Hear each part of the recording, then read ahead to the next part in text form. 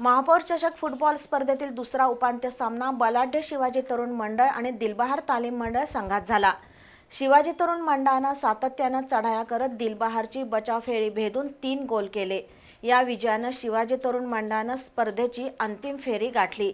रविवारी वेताळमाळ तालीम संघासोबत शिवाजी तरुण मंडळाचा हाय व्होल्टेज सामना रंगणार आहे। कोल्हापूर महानगरपालिका आयोजित महापौर चषक फुटबॉल स्पर्धा छत्रपती शाहू स्टेडियमवर सुरू आहे।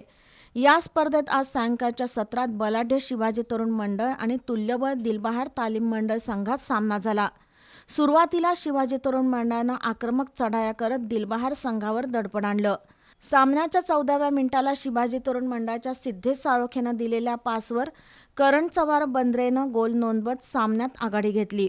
उत्तरार्धात सामन्याच्या 45व्या मिनिटाला शिवाजी तरुण मंडळाच्या करण चव्हाण बंद्रेच्या पासवर संकेत नितीन साळोखेनं गोल नोंदवत संघाची आघाडी 2-0 अशी वाढवली। तर सामन्याच्या 84व्या मिनिटाला हर्ष जरगच्या पासवर संकेत जरगनं गोल नोंदवत संघाला 3-0 अशा गोल फरकानं विजय मिळवून दिला। या विजयामुळे शिवाजी तरुण मंडळानं स्पर्धेच्या अंतिम फेरीत प्रवेश केलाय।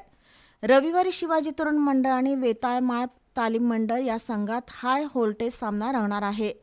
शनिवारी पोलीस संघ आणि कोल्हापूर महापालिका संघ तर कोल्हापूर महापालिका पदाधिकारी आणि अधिकारी संघात प्रदर्शनीय सामना होणार आहे।